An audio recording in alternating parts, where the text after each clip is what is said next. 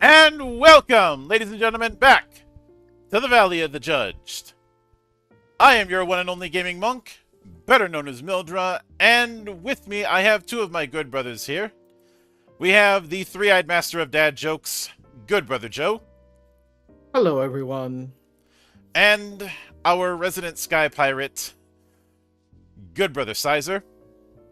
Ahoy and avast, everybody. So, in what is probably the shortest season I've done in a while, we are at the wrap-up for Far West. And I know one might go, wait, you guys are wrapping up? You only just started. Yeah. It's like a Midwestern autumn. This... Damn it. This is... The book size itself is 278 pages, but a lot of the mechanics are pretty familiar. So there's a lot of stuff that could get skimmed. Especially since it's using the... Remember, the D6 system is not a very mechanically dense system. If anything, it's highly front-loaded.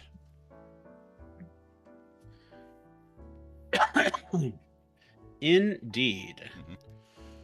But after dealing with a case of someone who's half the man he used to be,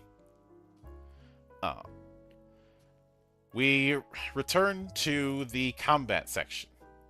Or rather, not the combat section, but just the core mechanics in Furious Action.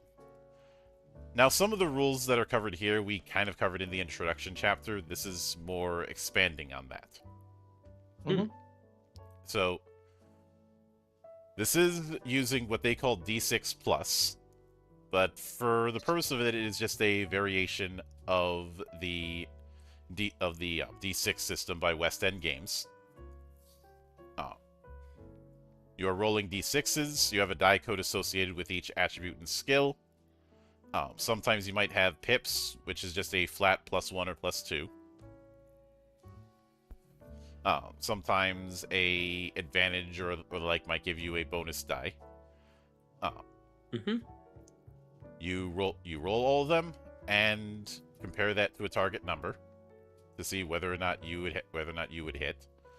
One of the die is meant to be different from the rest, either size or color. This is the wild die. If you only have one die to roll, it is always a wild die. If you roll a 6, then that 6 explodes. And you keep rolling that as long as you keep getting 6s. But hold on, Mildra. What happens if you roll a 1? That is a botch, which cancels out the highest roll that you roll in the pool. Everything else is added normally, but a complication is added in by the narrator. You know, something amuses me. The fact that a 1 is still a botch, whereas in a game like this, I would have been amused if it was a 4 instead.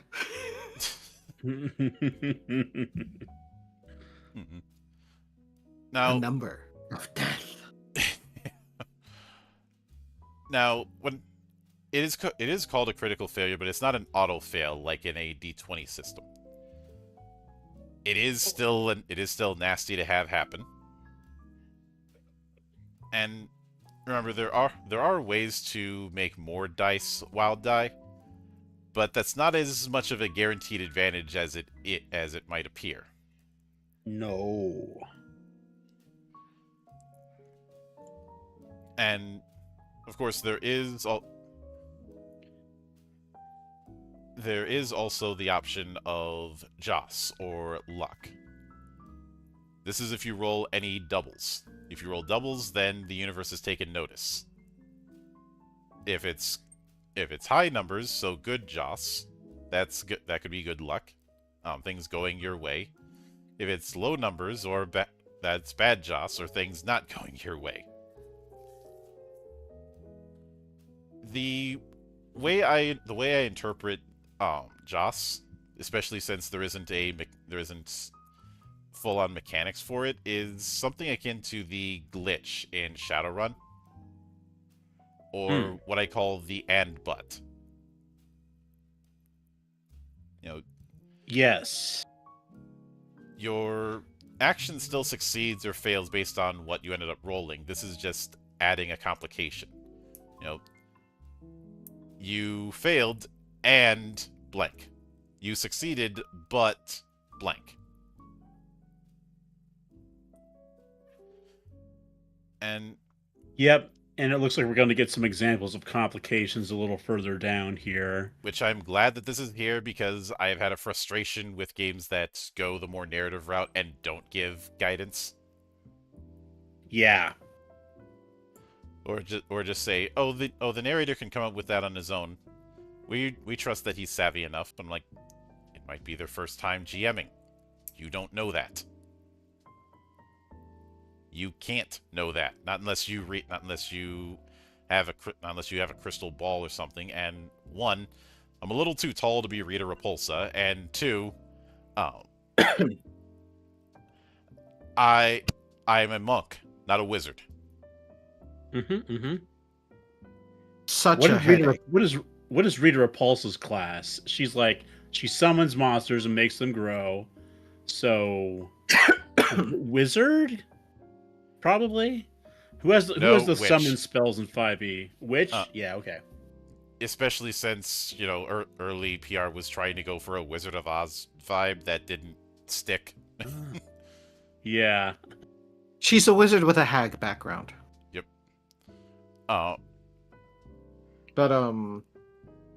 like the only other way they could guarantee that a DM would totally be trustworthy is if they had some kind of workshop that they highly suggest DMs do, and then give them a graduation thing at the end. But who wants to actually go to school to DM?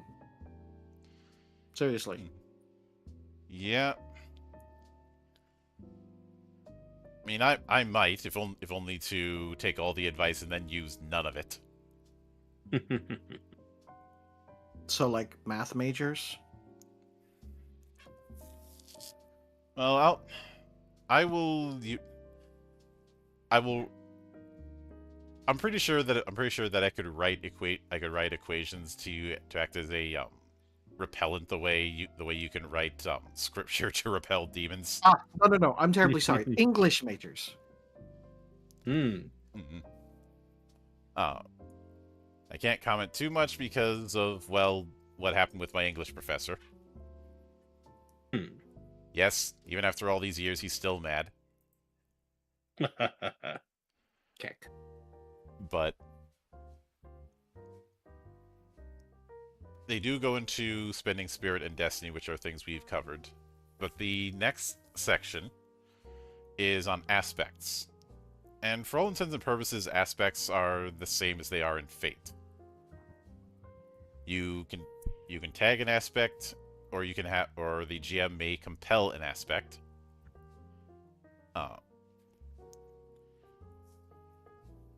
You also have a variation that they call tagging for effect. You're spending spirit to bring an aspect into play, not to bestow wild dice, but to trigger some in-game event or mechanical effect. You can tag your own aspects, or those of other players or supporting characters. You can also tag scene aspects or consequences. And they give a few examples. As a general guideline, spending 1 point of spirit to tag for effect will have a result similar to the 2 wild die bonus of a regular tag.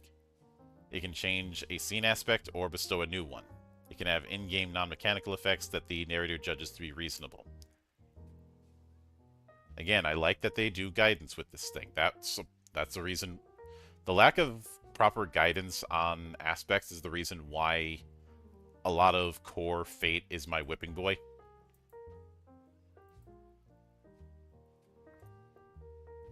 Yeah, they do seem to be giving us a little bit of, they're guiding us down the trail here. If we're gonna stick to our Western theme. Mm-hmm.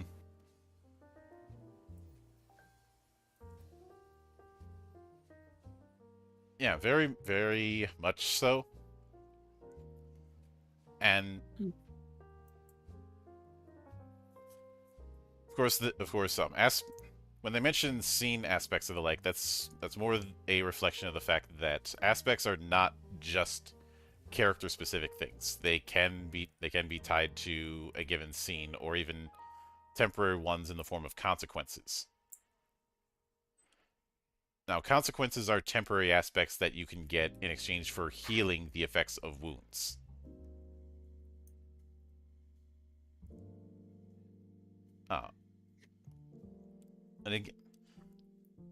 And we will get to that a bit later. When it comes to scene aspects, those can be tagged or compelled. Mm-hmm. But as a general rule, compelling is something that the GM will do.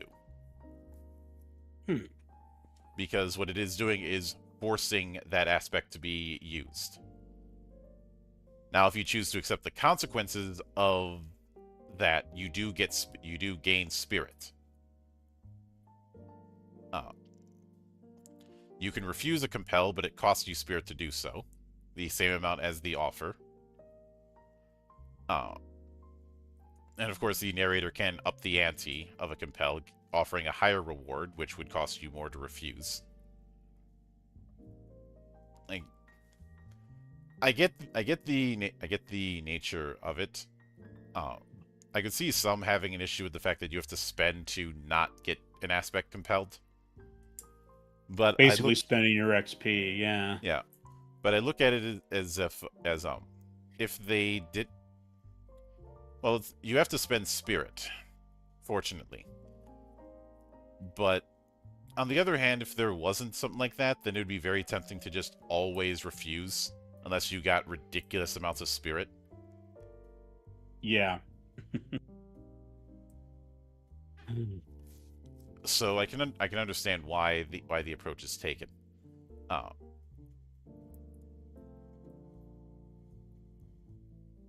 Now, PCs can compel the aspects of supporting characters. And you can tag and you can tag another PC's aspect, spending your own spirit. But yeah, and even though this is more or less the same aspect system that you see in Fate, it's presented, I think, better.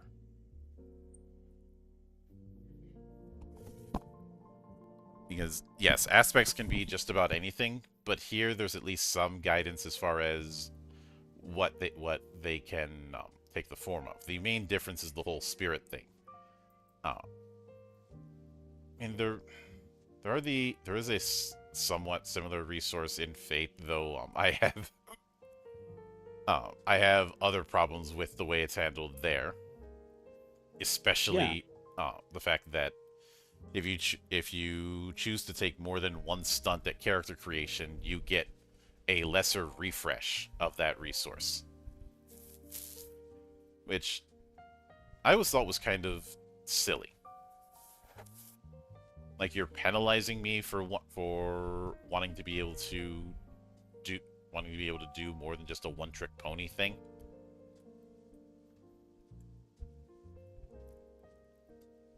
But when it comes to skills, these are self-explanatory. They do hint that sometimes that there might be a difficulty modifier if you're doing it untrained. Which is pretty much in the style of a lot of skill-based games, though. I've been more and more of the mindset of not putting in untrained penalties, because having a lower modifier to work with, I think, is punishment enough. Yeah, I would tend to agree with that. Like, you look at Legend Edition, and the punishment for untrained skill use is just having the slowest progression of those skills. Mm-hmm. And I do remember when someone's like, aren't you going to put a penalty if someone's using a skill untrained? I'm like, why would I do that? They're already going to be rolling the lowest possible if they're using an untrained skill. Yeah. In Skies, what we've got going on is if you don't have any dots in the skill, you simply can't spend for like the bonuses that you can for other skills that do have dots in them. So yeah, there's really no reason to give a penalty. Mm-hmm. And while each skill is tied to an attribute, they are open to alternate uses. Like, for example, using reflexes for climbing instead of strength. I think that's there as a way to say you don't. If you're using this skill, you don't always have to use this attribute. But then they go into game time, which is more about how much time passes during storyline, and the necessity of skipping some parts. I will note, there is one concept I've been seeing in some crowds that I find absolutely I won't say the idea itself is cringeworthy, but the way people gas it up is, and that is one-to-one time.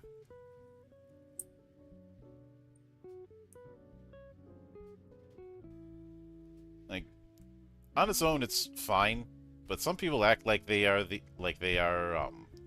some genius visionary role player by having it in their campaigns, or it's the way Gygax would have intended. And I'm like, you're not Gygax.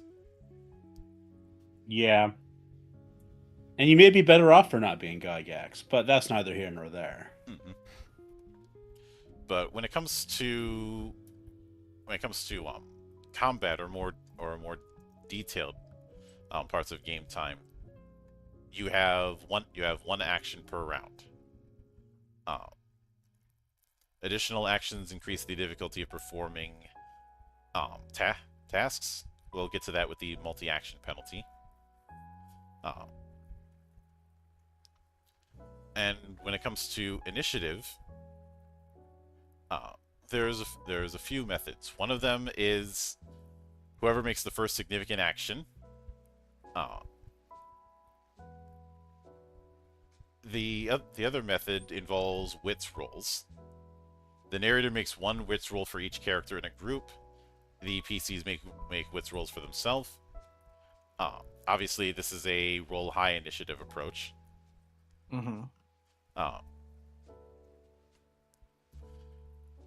And you can use Spirit to increase your initiative rolls if you so choose. Spending one will let you add the result of one extra wild die to the initiative roll.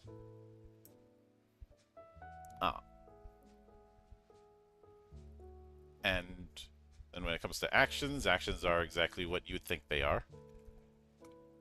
As far as the multi-action penalty, the way they have it is that for each action taken beyond the first, you must subtract 1 dice from all skill or attribute rolls, but not damage, damage resistance, or initiative. So let's see. Would that be for all like the first action you take, or just for any additional action? Additional. Okay, just additional ones. Yeah. If you have an ability that increases your base number of actions, the multi-action penalty doesn't take effect until after you've used that allotment. So if you had something that let you do 2 actions in one round, you could do those 2 actions with no penalty, but any action beyond that is going to be doing that kind of penalty. I appreciate that unlike some, say Exalted Second, there's not a penalty for the total amount of actions you're doing, as well as a decaying penalty. Yeah, the way the amount of penalties on flurries was kind of dumb. Is you had a set penalty based on how many actions you were taking, and every action after the first took 1 further die away. I've seen people argue, well, you're going to be rolling a shitload of die if you're using the excellencies. Yeah, and that's a pay to not. That is a bandage, not a fix. It's also in that realm of pay to not suck that I am not a fan of. Yeah. But they do have a action list with the rule that an action should take no more than 5 seconds. So, let's see, bashing, hitting with a blunt weapon, and an unarmed attack counts as a bash. Catch, you do have to act later in the round if you're trying to catch. Choke, you are cosplaying the Atlanta Falcons. Sorry.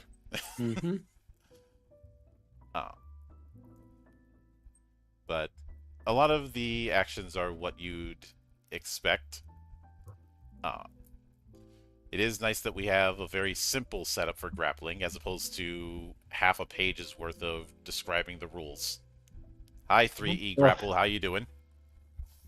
This is the part of, I know that I am making a class that is good at grappling in Skies, but I still haven't fully committed my brain to it, just because I remember what it was like in 3.5. Mm-hmm. Ah, yes. Yeah, it's like, I know I'm going to do it, but, oh, the pain. The trauma. Yeah. I have a very simplified approach when it comes to grappling. But I've always said that if somebody wants grappling rules, they want to be a wrestler.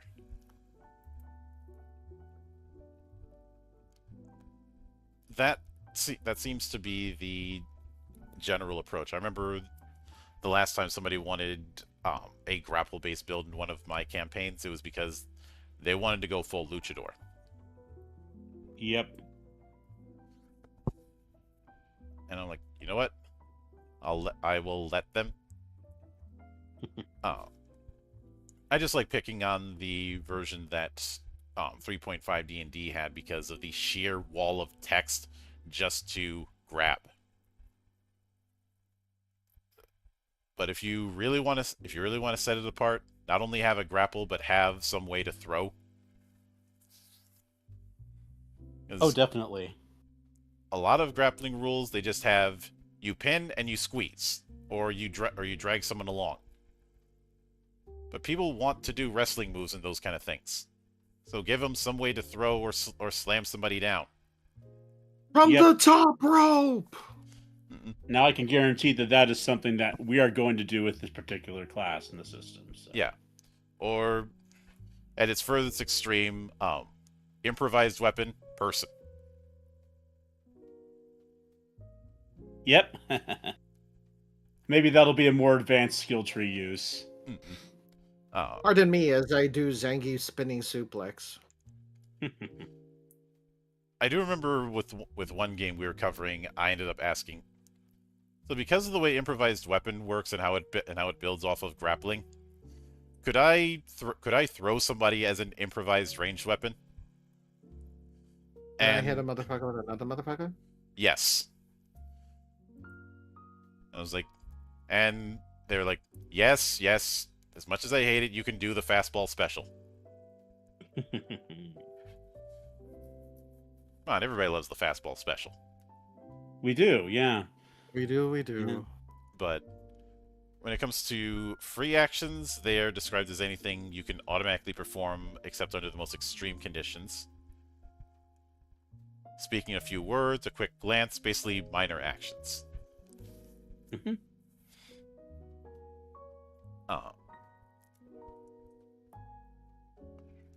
And if you wish to prepare a certain task, that gives you a 1 die bonus for each doubling of time that you do to a maximum of 3.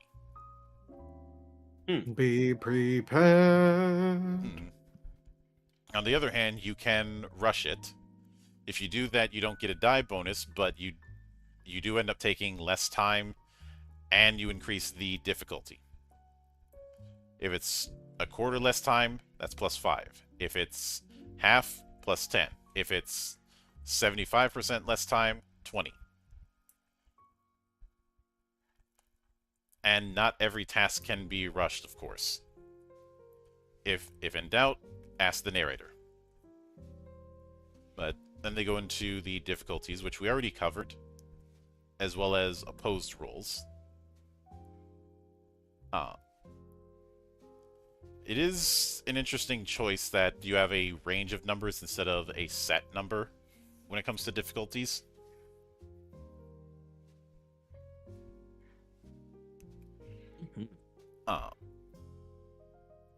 And we also have a table for difficulty modifiers, which range from +16 to -16.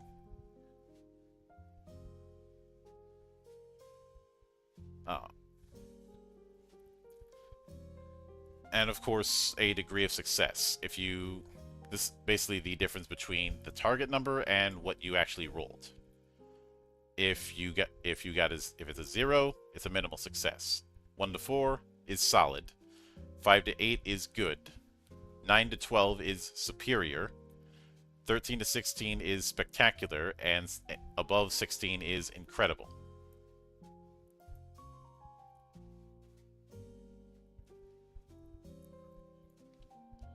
But cool. If you can get those exploding dice going. Yeah.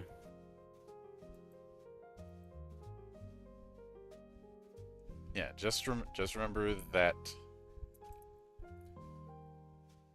exploding die works both ways.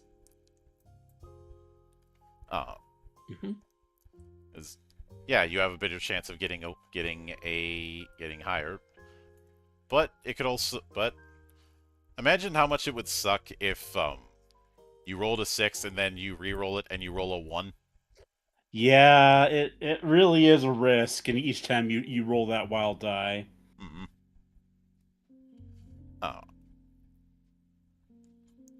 But movement is basically how many meters per round you move while walking. You can do a movement check if you're trying to go faster than just straight walking. uh, which if you're using running or swimming, that's how that's going to work. Not the biggest fan of the fact that those are separated, but that's just me. Mm-hmm.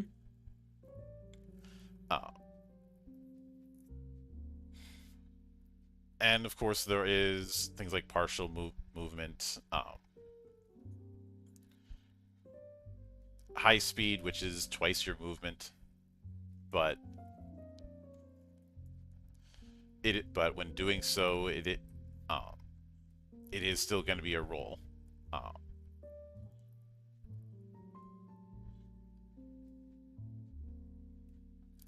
And terrain can modify how much you're able to move.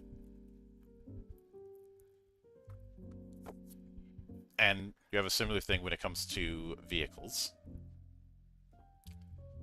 including the fact that if you end up colliding based on how fast you moved, you end up taking collision damage. Mm-hmm. Sounds fun. So that is a perfect opportunity to ask the question, who put that banana there?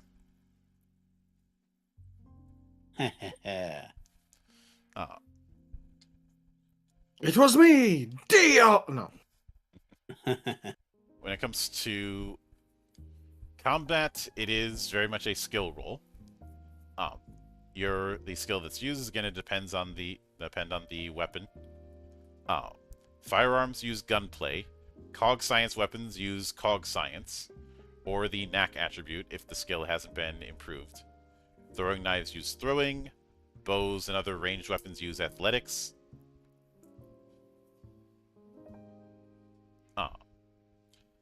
And a weapon will have a set amount of damage as well as the ranges for short, medium, and long range. This is going to determine the base difficulty you're trying to get at. So at point blank, that is a very easy task. At short range, it is easy. At medium range, it is moderate. And at long range, it is difficult. That is in terms of ranged combat. They do provide a few estimates if you don't have the hard numbers, which makes sense because D6 is not a grid combat kind of game.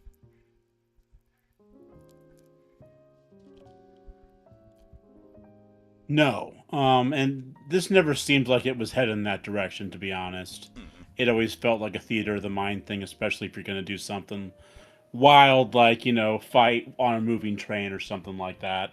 Which, of course, you're going to do. It's a Western themed game. Mm-hmm.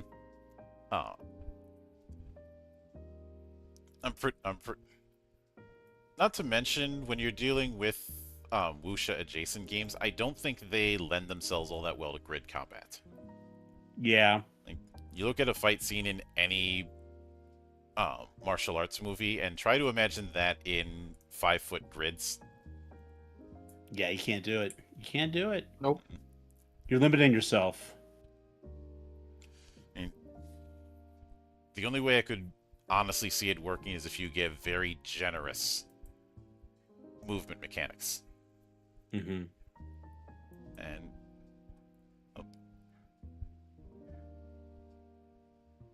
hello, bot. Goodbye, bot.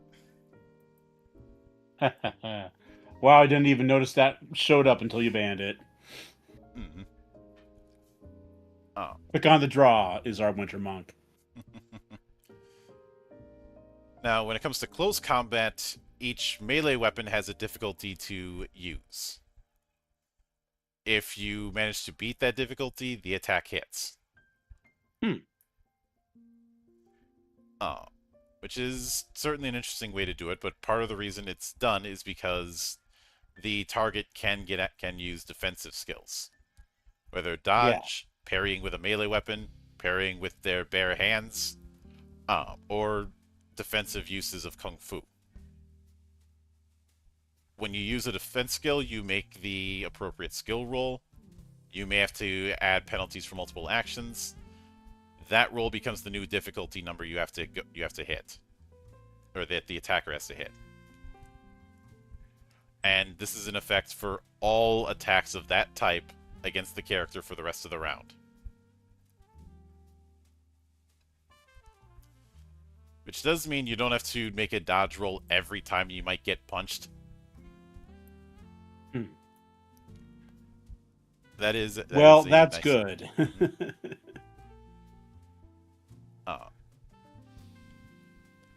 mhm. I don't fancy making that many defensive rules. I think that's one of the reasons why so often um, defense or something or AC or whatever you have, Mhm. what have you, is just a static stat and doesn't that is rolled against rather Yeah. than a defensive thing. I Um, have dodge and parry as an option, but every time you take that option, you are taking a risk. yeah, Because if you botch it, you're going to be hit, and you're going to be hit for more damage.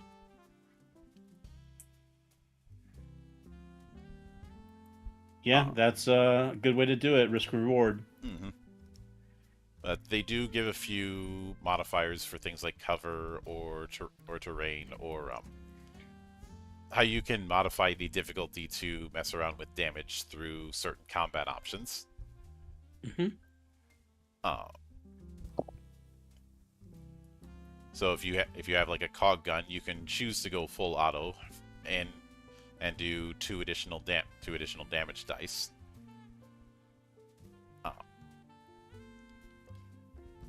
And we of course have things like sweep, going all out, doing knockdowns, doing a sweep in close combat. Because sweep, as far as ranged, is spray and pray. Mm.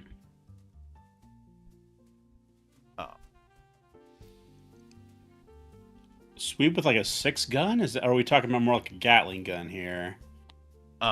It needs to have full auto in order for you to do it.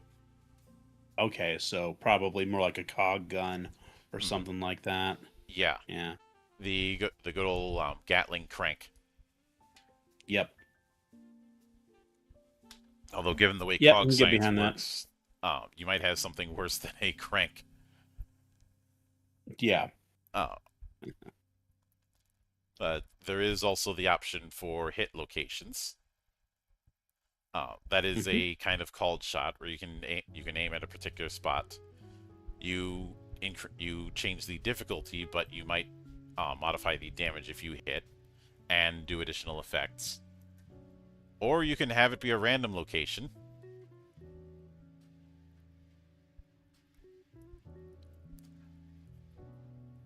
And because this is a western, we do have to have rules for a showdown.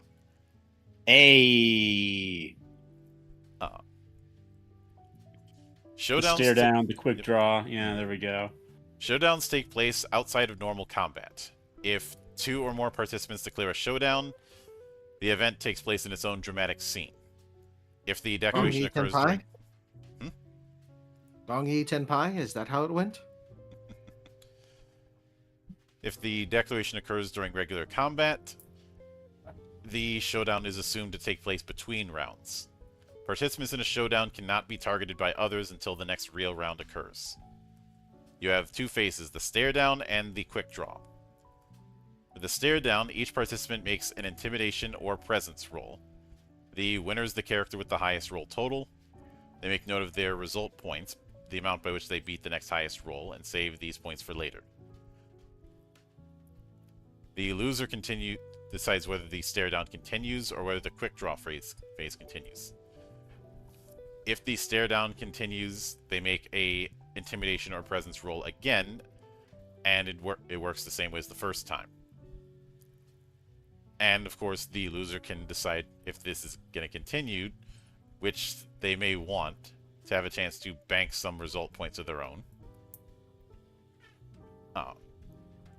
And then when that phase ends, you have the quick draw. Any saved result points can be added to your wits roll for initiative, in addition to any dice moved as described in the quick draw section.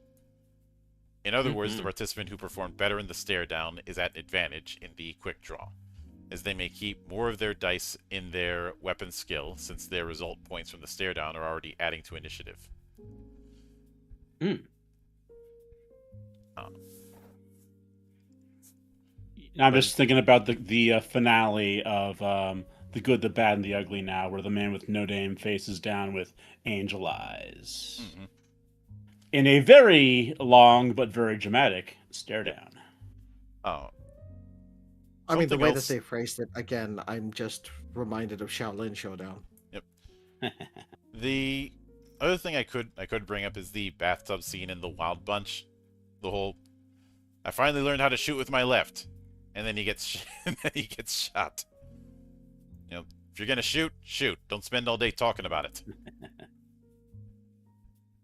The exact scene that was meant to be referenced with Star Wars, because remember, folks, Han shot first. That's right. Mhm. Don't let no George Lucas tell you different. Mm-mm. But then we do have vehicle combat, which is skill based as you would expect. It does have its own specific modifiers, as well as the difference between the vehicle taking damage and the passenger taking damage. It is the level of destruction that matters. I.e., the damage result points determine whether or not the vehicle is lightly damaged or worse. And depending on how much that they take, the passenger takes a certain amount of damage. Mm.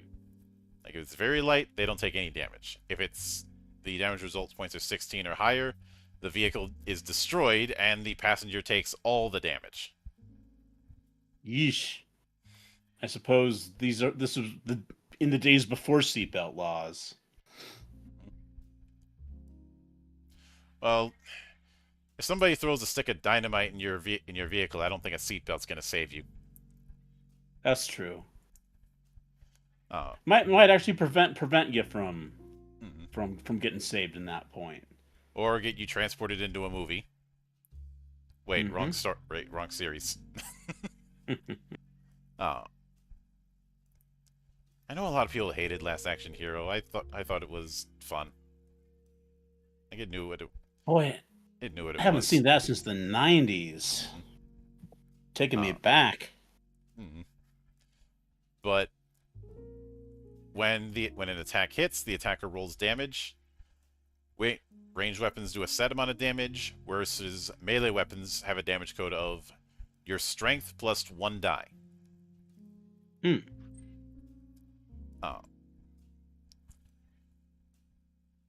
So, and we do have a damage result chart, i.e., how the amount of result points you got on the attack, on the hit determines how bad the wound is. Hmm. The Just target straight kill a fool outright. the target rolls toughness to resist damage. If the toughness roll is higher, no damage. If the damage roll is higher, you find the difference on the character damage chart, as we saw. And this can range from stunned to mortally wounded. And I do like that they say a killed character is killed. Start rolling up a new character.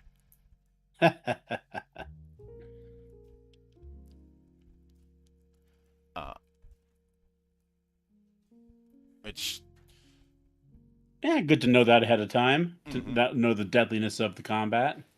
yeah. And as an optional rule, you have things like severe injuries, or if you've caused enough damage to kill another character, you have the option of causing a serious permanent injury instead. For example, that leg is over there. This adds a aspect describing the injury that can be tagged. It is like consequences, but is not temporary. There's also the massive damage option.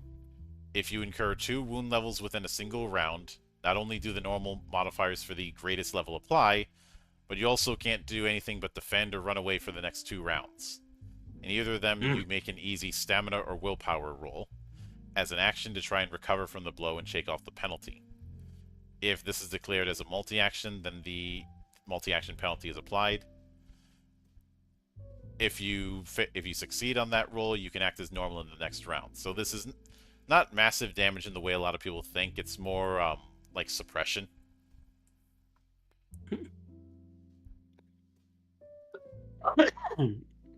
Yeah, essentially inflicting them with like a condition, for a couple rounds after you wallop them. Yep. And there are ways to reduce damage further if the toughness roll didn't pan out. You can spend spirit or destiny to increase toughness. You can also spend spirit points to just straight up reduce incoming damage. On a 1-for-1 option. I guess if you really don't want your character to die, it might be worth it. If you would be dealt a blow that would bring you to incapacitated, mortally wounded, or killed, you can, with approval, remove those wound levels by taking a consequence, which is a temporary aspect.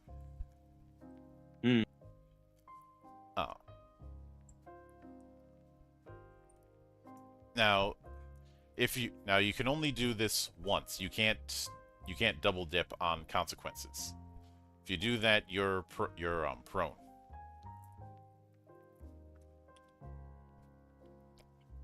Okay. So do we have a list of what the consequences are here? Do we know? A consequence, aside from how it's triggered, it is basically an aspect.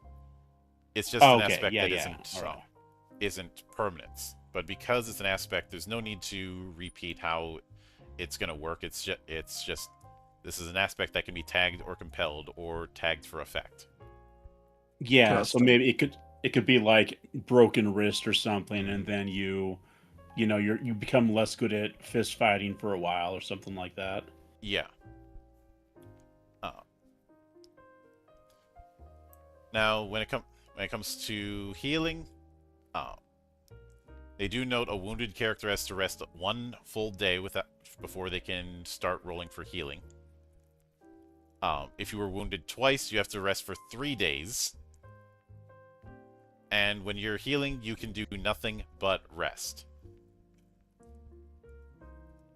But your healing is a toughness roll.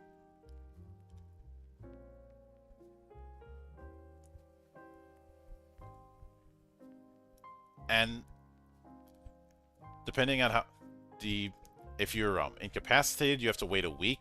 If you're mortally wounded, you have to wait 2 weeks. And even then, it might not be enough, because as you can see, if you roll a 2 to 4 on the toughness roll, if you're mortally wounded, you die. Ugh. But this is a wound level approach as opposed to, say, ticking boxes in World of Darkness's approach. Now that's if you're trying to do just good old natural healing using toughness. You can get aided through the medicine skill. The difficulty is based on the severity of injury. If it's successful, you heal 1 level. If you're stunned or wounded, you are fully healed. If you're unconscious, you're revived. If you're twice wounded, you're just wounded. If you're incapacitated, you're twice wounded. If you're mortally wounded, you're incapacitated. If you fail the medicine roll, the condition remains the same. If you miss the difficulty by more than 10 points, the condition worsens by 1 level, and no matter what, you can only do a medicine roll once per day.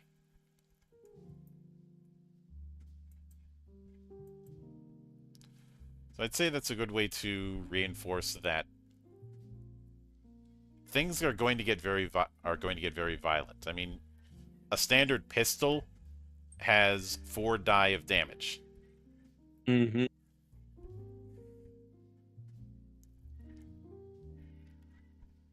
But, and of course, some kung fu styles that use the internal discipline, healing spirit or heavenly transference are a couple examples they give, can heal wounds or heal others by making a healing check every 12 hours. But no matter what, after the violence comes, there's going to be a lengthy period where people are getting patched up.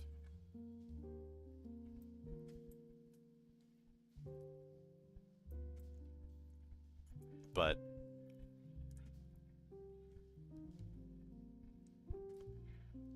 now the chapter A Fistful of Bastards is more about setting up supporting characters, as well as showing a bit of a standard for die codes.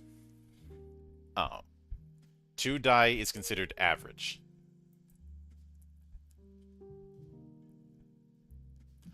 But the last section, and this is one we're going to skim because a lot of it is stuff we did cover, is the Far West. This is the setting chapter. I do like the envoy's letter part they open up with. To His Majesty's Envoy, greetings. Congratulations on your appointment as an official envoy for His Imperial Majesty. May he live 1,000 years. Into the territories of the West. Doubtless spiteful rivals in the bureaucracy have already told you that you are being punished for some unknown infraction, that a posting in the Far West is but one short step from a permanent exile. They are fools. Imperial envoys play a vital role in maintaining the interests of the August Throne throughout the uncivilized lands beyond our borders, and the rewards for this posting are considerable. With that said, to say this assignment will be dangerous for you is indeed an understatement. 4 out of 5 of our agents disappear into the Far West. Their ultimate fate seldom ever known. To endure beyond the last horizon, you'll need a keen mind, an able body, and all the guidance your ancestors can provide. Luck cannot hurt either. You also need information.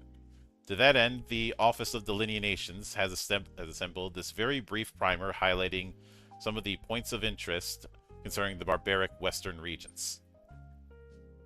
That is a very nice framing device for a lore chapter. Mm-hmm. And the fact that they have it as a letter that you could possibly print out as a handout, including the confidential stamp and a good old coffee ring. Or that might be tea. I also like that they wrote it at the beginning of the chapter as well. Mm-hmm. Like normally printed so you could just copy paste it. Oh yeah. But first off, you have you have a kind of series of circles when it comes to going far west. Mm-hmm. The furthest east you have is the Empire, which it is the Empire. There is a very heavy assumption that you're not going to be doing adventures there because it's called Far West. Yep.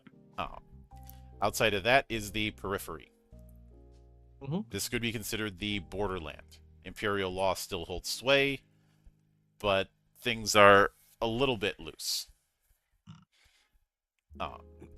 This is the Borderlands. No, not the games. I'm not invoking border meme. Besides, I already roasted the TTRPG version with bunkers and badasses a few months ago. But there ain't no rest for the wicked. But beyond that is the Far West. The last horizon where there's no Imperial maps to show you the way. But there are certain features, like the mountain range known as the Eagle's Claws. And it is a place that the Empire is trying to get control over, but it's not easy. Mostly because any Imperial group that tries to go over there to take it over tends to come back with bullets. Because there's plenty of mercenaries and the like who are like, oh, we'd be happy to give the Empire their bullets back. But north of the Eagle's Claws... What? I hesitate to compare these to the Rockies because, like, it doesn't really make sense in my head. Or maybe even the Appalachians. That's probably too close to the east. But I don't think we're operating in like even like an extremely altered version of the real world here. Mm-hmm. This seems to be an Elseworld, a multiversal world, you know? Yeah. But north of the Eagle's Claws is a what is a swath of green wooded hills called the Sea of Spears that's frequently blanketed in fog. And so Scotland? Mhm. Oh. Actually no, since it has wolf problems. No, we're dealing with German forests. There we go. Uh, it is the largest forest that the Empire knows of. Uh, and the big problem is that it has some very large wolves. It is also the birthplace of the Shimmering Razor School of Kung Fu. Hmm.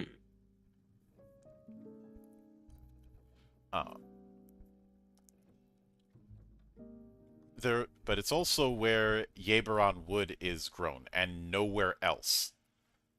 And many nobles and even some um, members of the court will pay any price to get some of that wood. Pause. Okay.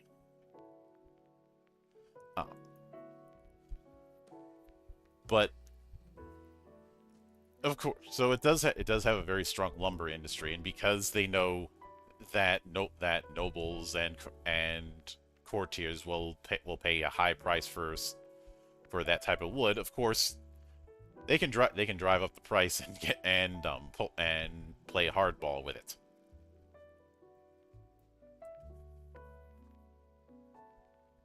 But in addition to that, you have the High Plains, which is probably the most settled part of the far west. To the south of that, you have the Thousand Mesas, which a lot of I'd say the Thousand Mesas are somewhat analogous to the kind of formations that you'd see around the Grand Canyon.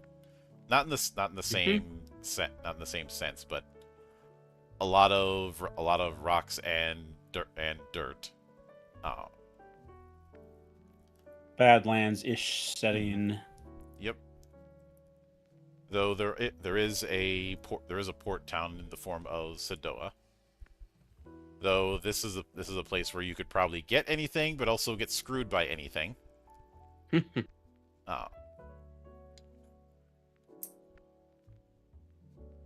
And of course the lands beyond, which is going even furthest west, where there are a series of sand dunes that stretch out beyond the horizon.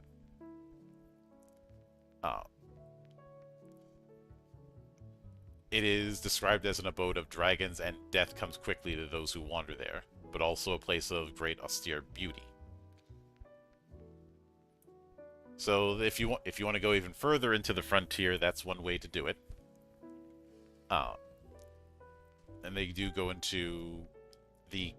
I like that they put in culture in quotes just to hammer home this is being written from an imperial perspective. Yes, they have to put a little condescension in there. Mm-hmm. Good old imperial superiority complex. Yep.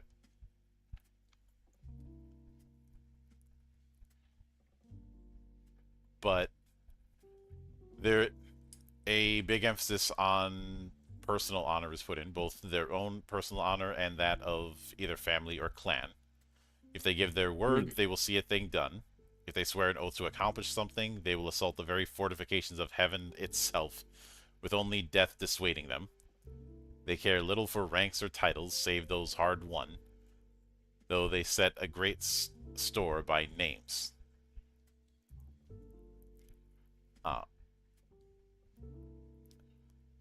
And of course, some are followers of the ecclesiarchy, some are heretics, some are pilgrims and outcasts. They hold poets, musicians, actors, dancers, and above all, storytellers in high esteem, especially the ones with actual skill. Fornication, gambling, and drinking, roughly in that order, are all very popular.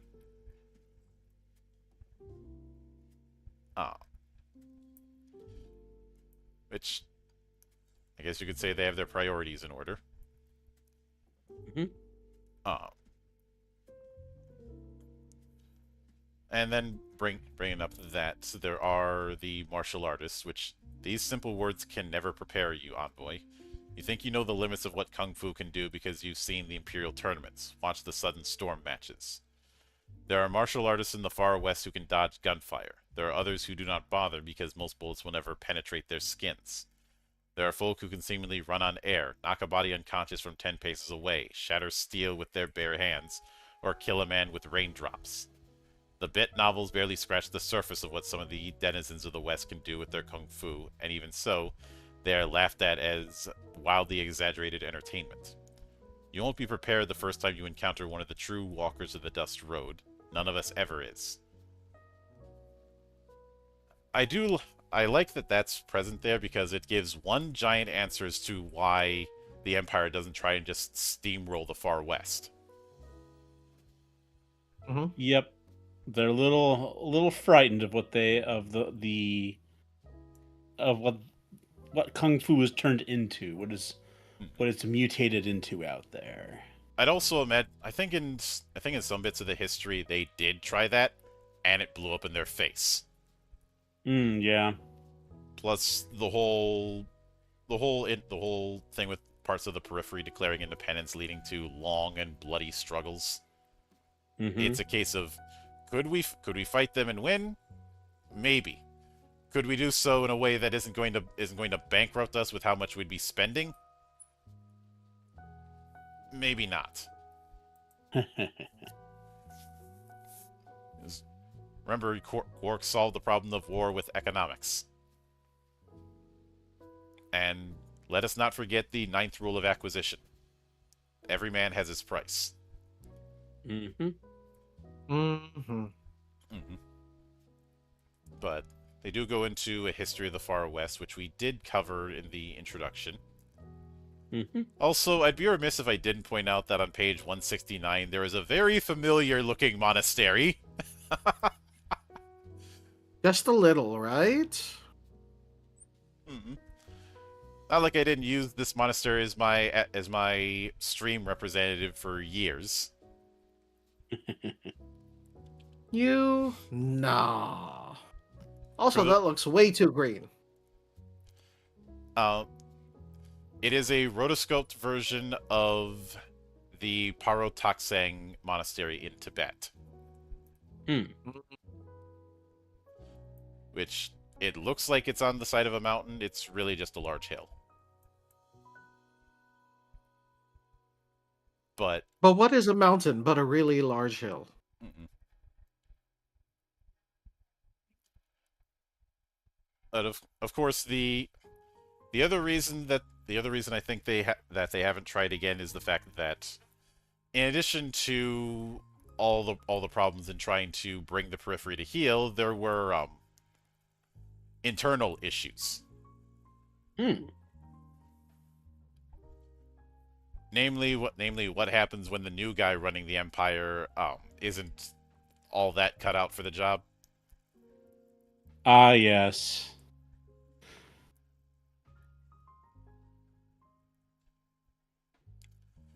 But Yep, a fool emperor. mm-hmm.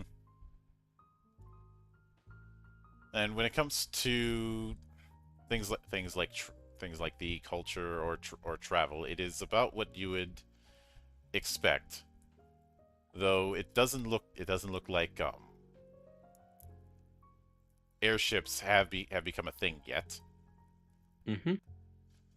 Or at least if it is a thing, it is the thing of madmen and cog scientists, and a lot of them aren't willing to share. But if you're traveling in any significant distance, it's going to be either carriage or train. And if you're doing so by train, you're going to have to pay up.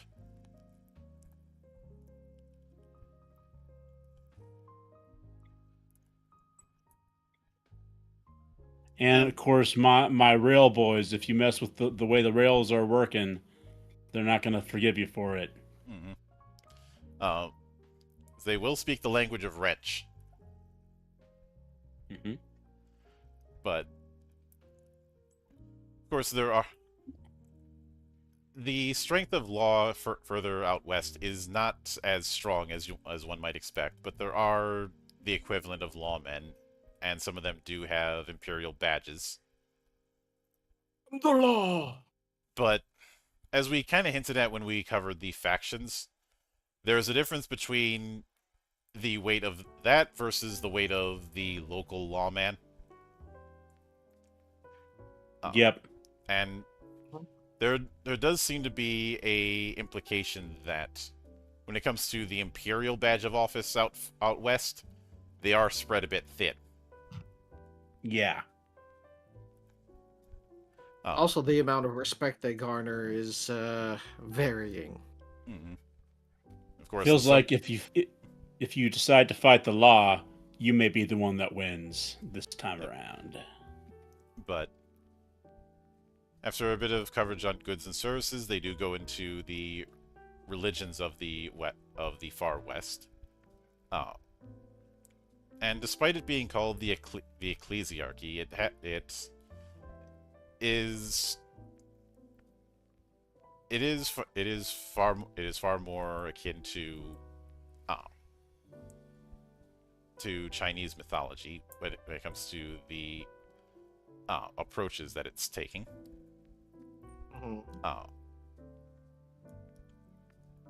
As well as some of the movers and shakers, and also the possibility of demons.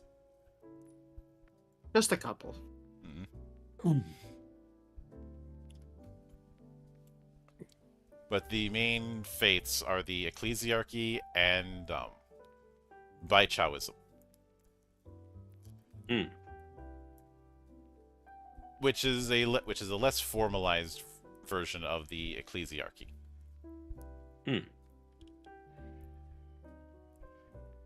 That was basically built off of a missionary named Baichuan.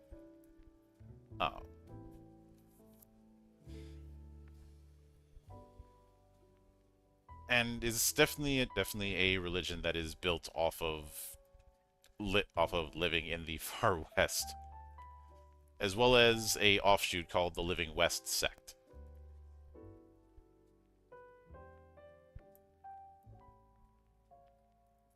And is far more animist in the idea of everything has a spirit.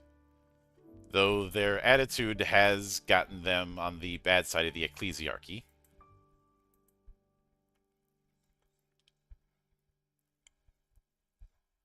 But something else that they cover in this that I'm glad to see is festivals.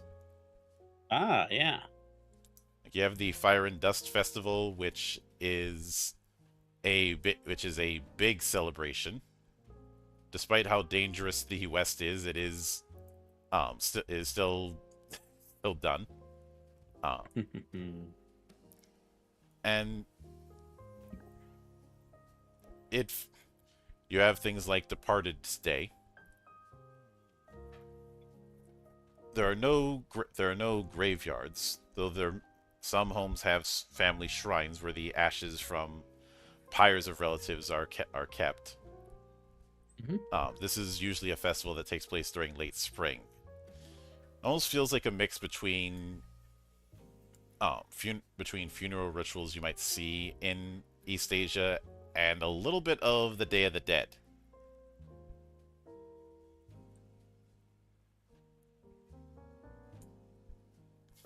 Although I do like that they point out followers of Baichuan and the Wei tend to get rip-roaring drunk and tell their best stories, frequently racy or funny ones, about their dead loved ones.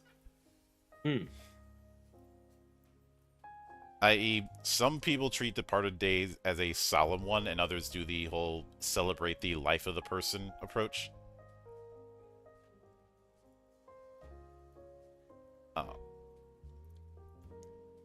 And of course, carnivales are going to be a thing that can show up basically anywhere.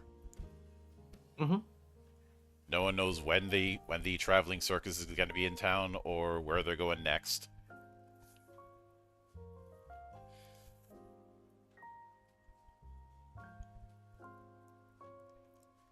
And there are a few other fringe sects, such as the Red Right Hand or the Brass Verity sects. The Brass Verity sect, which describes the perfection blending martial discipline and cog science. I'm like, they're fucking tech priests.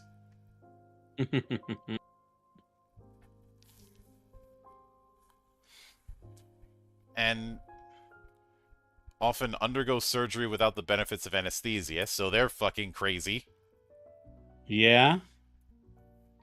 Believing that the pain helps them hone their mental and spiritual discipline. Seems bad. Seems like it'd drive you nuts. Oh yeah. It very much would. And there's a lot more that we could go into when it comes to the geography, but there's a pretty detailed setup as well as a few lexicons that they bring up. Like all crows are black, a colloquial expression which is a pessimistic statement that things are the same all over, with the implication of negative. A ending in Y. Or a card game called Black Crow, played by trying to assemble combinations from a deck of cards divided into 4 color suites and 5 card faces based on imperial chess. Popular in gambling halls and saloons, as the game can include bets placed on the action by observers. But since we're dealing with a Western, I'm pretty sure some of those bets are either not honored or that's when the guns get pulled out. Yep. You know how it goes if there's any gambling in a saloon in a Western, the odds of a gunfight breaking out are inevitably 1.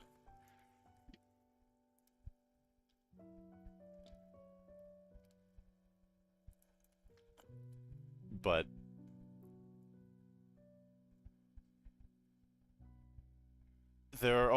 we also have a few phrases that are exclusive to Castellans.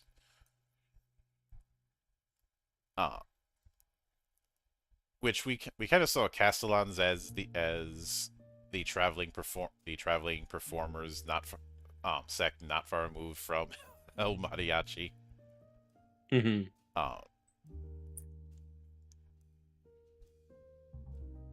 And it's one of those things that I appreciate that they put in. And I know I skimmed over a lot because there's a lot of stuff within this chapter. And, like this is a decently realized setting given the size of the book. But with that said, I think this is as good of a time as any to go over our final thoughts when it comes to Far West. Joe, I'll let you start. So, when I brought to you the idea of a Weird West setting, you definitely delivered. Because there's a lot here, supernatural wise and other, that really stand out. I love the merging of literally East meets West. So there's a lot you can do. You can definitely there's a lot of history that someone can pull from in order to create modules or entire campaign sessions. So for the most part, I really enjoy it. The world setting, the building, and a lot of things that they kind of leave open to interpretation so that you're not necessarily needing to follow things by the book completely in terms of like the world. So I really like it. Oh, yeah. Sizer, what do you think? I like the depth of the lore for sure. I didn't know what to expect as far as that went when we first got into it, but I like that they have their own vocabulary if you just decide to use it. Like that was one of the things I really enjoyed about Planescape in 2nd edition, which is one of the first settings that I ever played that had jammed for me. And it had its own like basically slang and cant that you could indulge in. And if you ever played Planescape Torment, you probably know what I'm talking about. Oh yeah. Yeah. I really I like that about it. I like all the different societies that you can be a part of, um, and all of the, this feels like a game that you want to dive into a little bit more to get the most out of it. Because you Yeah. could just sort of skim it and make a character based on what sounds cool to you. But if you really want to get something out of it, you're gonna have to do a little more reading, and I like that about it. It's for those who are not afraid to grab at that lore.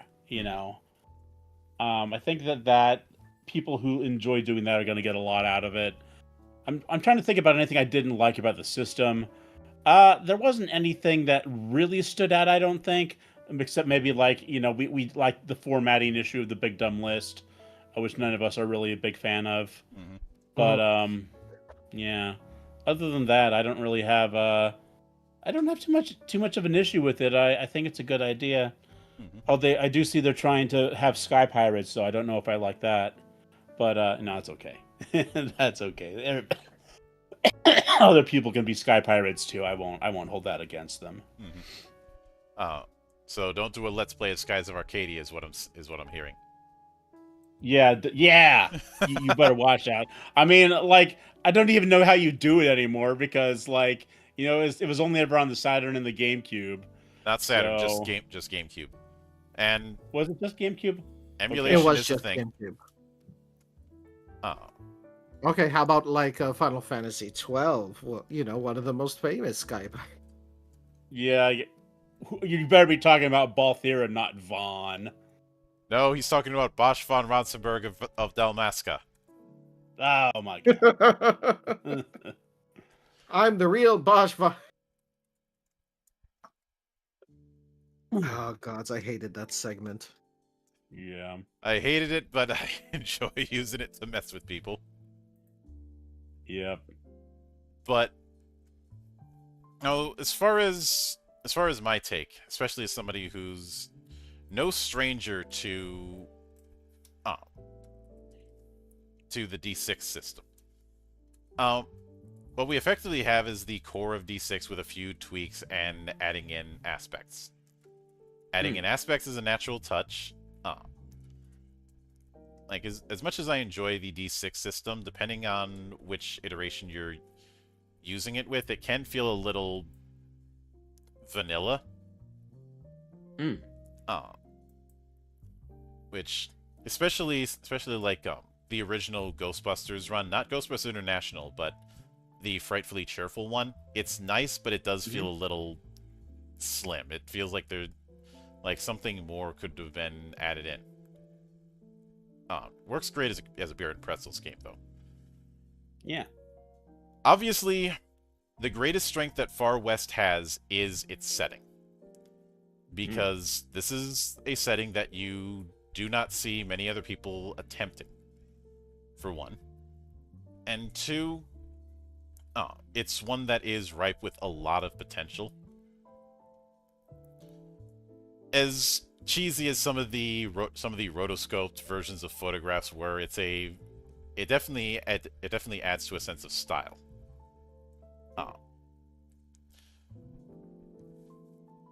When I said this before, but a couple good touchstones to maybe use as reference would be things like Into the Badlands or The Man with the Iron Fists.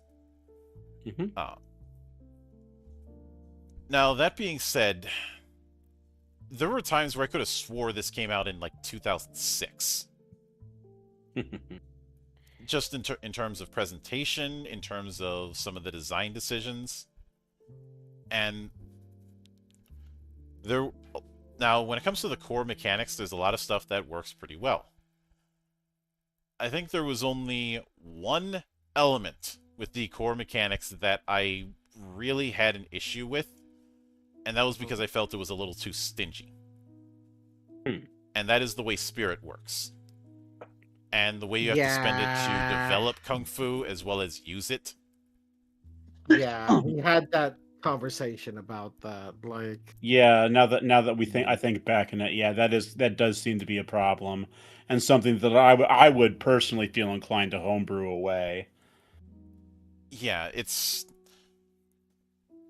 that you have that develop, and this reminds me honestly of the way stunts and refresh work in character creation in Fate.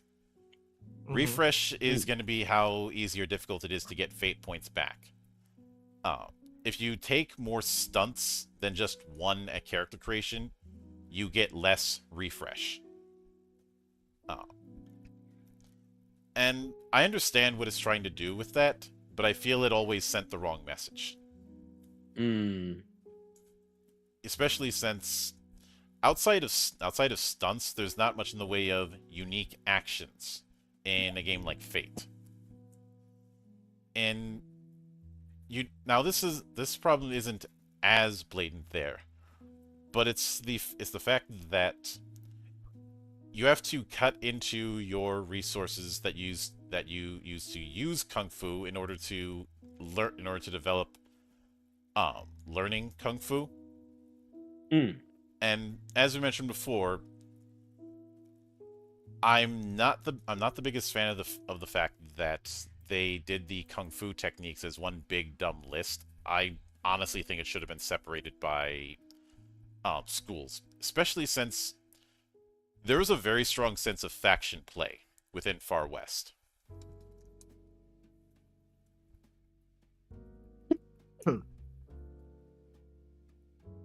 Yes. And because there's that very strong sense of faction play, it would make natural sense to have the martial arts styles lean into that. Especially since there's the different degrees of teaching if you have a teacher or if you're just learning it by yourself. Mm-hmm. This sort of thing is why the spirit thing bugged the hell out of me.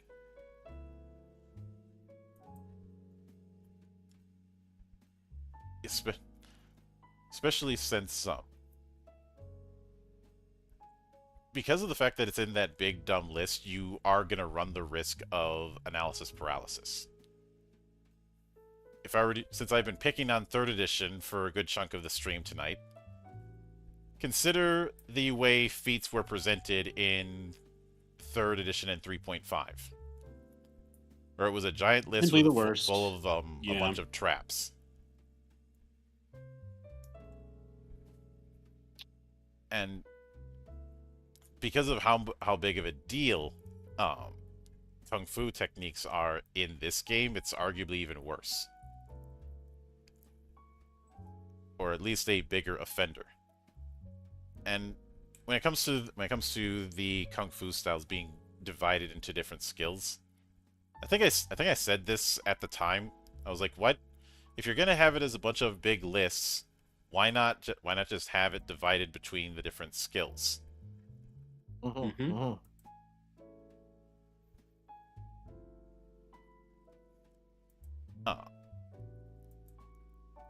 And yeah, they kind of have that in that sidebar, but I'm thinking there's already going to be plenty of kung fu schools in the Far West, so why not build around that? And I think of similar wuxia-based games, and a lot of them do that. Weapons of the Gods certainly did it. Lone Wolf Fists most definitely does it. I think and I'm not saying that's, and you already have the faction part as part of your character creation. Mm. So it just hammers that home. And I know I'm harping on the whole spirit thing along with kung fu, but the reason I do it is because I feel that is the one glaring issue with Far West. Yeah. Everything else is great. It's just the spirit issue, which, on the long and short of it, if I ever played or ran this game, I would probably homebrew the spirit thing to make it more forgiving. Yeah. Yeah, and it can work. But as I mentioned, much like what I've said about Mass Effect for years, the greatest strength that Far West has is its setting. So all of that said, if I were to, if I were to grade this on my grading metric, I would probably go with recommended. Definitely. Mm-hmm. If it weren't for the spirit issue, I would have gone with strongly recommended. That's the one thing that's holding it back. So Yeah. Oh.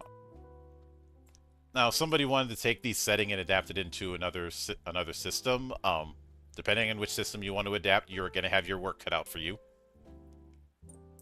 Like, if you're using, say, Savage Worlds, you'll have it easy. You could do that in a weekend. If you're using something a little more crunchy,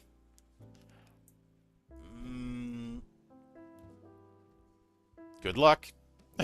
Now the big question: can you run this setting using Legend Edition?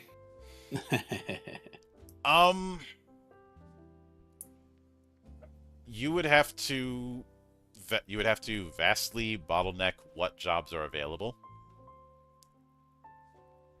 And pretty much all of the magic jobs, and some of the adept and independent jobs would have to get thrown out. But it could be done. Another thing I would want to ask is, utilizing this system, what is the first series that comes to mind that you would want to like run in this world? Like in terms of like the characters, the settings, or like just aspects of them. Like Dynasty Warriors, but in the far west, you know? Like what? You guys ever seen 310 to Yuma? The new one or the old one? Yes. The new Say it one I again? have seen. Like, The new one What or is the it? old one? 310 to Yuma. yeah. That is an 310 approach. Yuma? Yeah. That is an approach that I would probably take. I've never seen it. The party has a very simple job. They're asked to guard cargo on a train that is going from Imperial to an outpost way out west. Fair The pay enough. is very, very good. It's just you guys were the only ones who took it because everybody's like, I'm not guarding a train out there. We're gonna get killed. And of course, if anybody's played Shadowrun, then they know it's never a simple job. It is never a milk run. Nope. I mean, and- considering the setting, first thing that's coming to mind is Shanghai Noon. And barring that, if I want to run something that leans a little bit more into certain wuxia works, the approach I'd probably take is you have some sort of MacGuffin in one town where every major player has some representative there. Mm-hmm. And it's a case of this, and your job is to try and navigate this without getting yourself stabbed, shot, burned up, or both. The age-old thing of one area where all of the gangs are at one point. Saizu, Joe, you guys have probably seen The Warriors, right? Yeah. I haven't. I've seen bits of it. I haven't seen it all the way to the end, but yeah, I know. I got the gist. Mm-hmm. Because I've always enjoyed those urban settings where you have a bunch of different factions. This is part of the reason why I find Night City appealing. True. Because every one of those factions is one that could be either character background, character blackmail, or an opportunity for drama. Especially if they're in one area and they do not get along. This is also why I like Legend of the Five Rings so much, because there's varying degrees of tension between all of the clans. Mm-hmm. And if you were doing that whole city that has everybody, I mean, every single allegiance we saw in Chapter 6 would have some representative. Some San like Francisco. Good to know.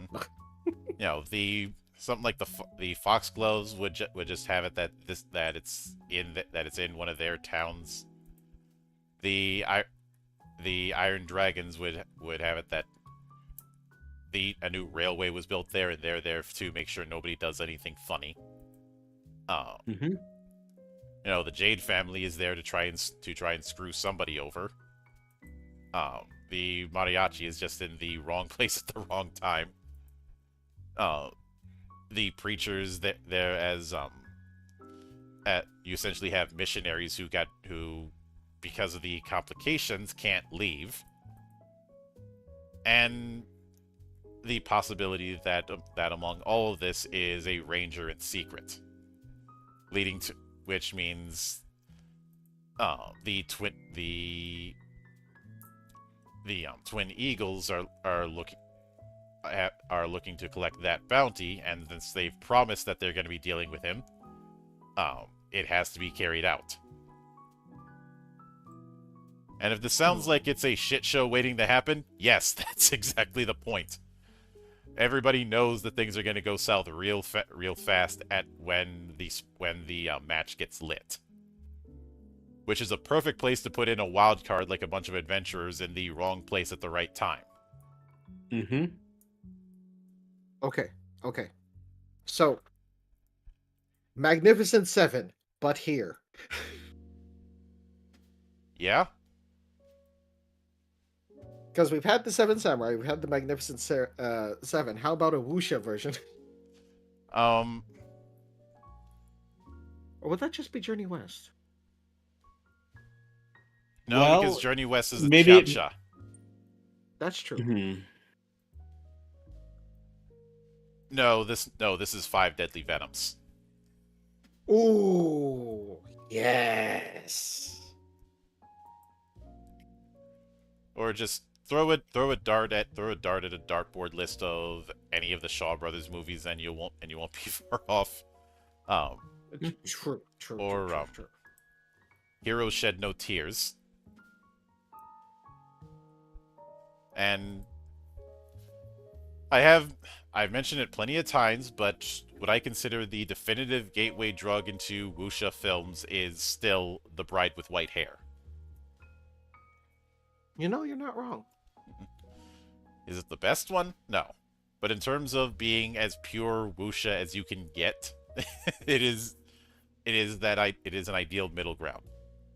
And there's plenty more that Brendan Davis could bring up. I still have the recommend list he gave me when I was running Sons of Lady 87. Mm-hmm. Which I can best describe as wuxia meets mafia.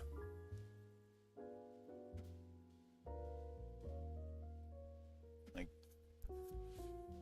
wuxia fiction can take a lot of different directions. Which is why something like Far West can feel so natural, because wuxia is less a genre and more of a storytelling medium. That is true. But of course, you said wuxia meets mafia. First thing that came to my mind was the Axe Gang from Kung Fu Hustle. Of course. I did find out that the landlady, her tiger scream thing is based on an idiom that roughly translates to domineering female. Ugh. Lion's Roar? Yeah, I can see that. Also, the Beast was at one point a stuntman for Bruce Lee. Okay. I'll believe that. Which certainly makes sense, and it could be worse or better. We could have brought up Kung Pao. What was that So what was that one like alien movie that featured the son of the main character from Kung Fu Hustle? Because there's this scene in there where he basically does the same like leap up into the sky and like bounce off of a bird in order to get higher up, I'd have and to, it always tickled me pink. yeah, I'd have to double check on that. But point is, despite how long it took for Far West to come out, I still would be willing to sign off on it on some level. Mhm. Uh, Fixed spirit. yeah, that's really the only major issue. Uh, but outside of that, that will wrap it up for this particular season of the Valley of the Judged. Next week we will be doing the traditional one shot. And in fact, let me see what I got planned for that one. So normally it would be a double feature, but there's a third one we can add in because it is only 6 pages. So we'll be covering Challenger Deep, Orbo's Championship Tournament, which is technically a miniature skirmish game, and Tipua, which, if the name didn't give it away, is very a very Polynesian-leaning fantasy game. Mm-hmm. So that'll be next week, and on the 28th, barring an act of God, we will be delving into the fan translation for the Armored Core 6 TTRPG. Yeah. So I don't know. Maybe for that stream I should switch out the opening music with Morning Thinker. Nah. Nah. I don't really do that. Although I will remind everyone crab hand supremacy when it comes to holding your controller. Not crab hand, claw hand supremacy. You don't have to do that with Armored Core 6, but it is something that emerged from earlier games. Also, by the time I finish this sentence, somebody has exploded Stinger. Wasn't me. And also, the Karasawa is a perfectly balanced rifle with nothing broken about it whatsoever.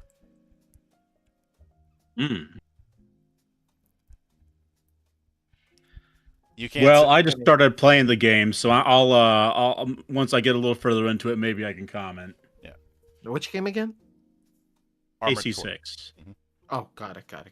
But I have a long history with Armored Core. I even did a tier maker episode on it. But I've never played, unfortunately. But that is a story for another day.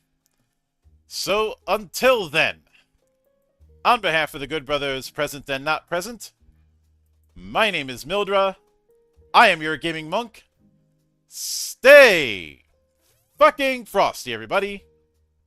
Goodbye.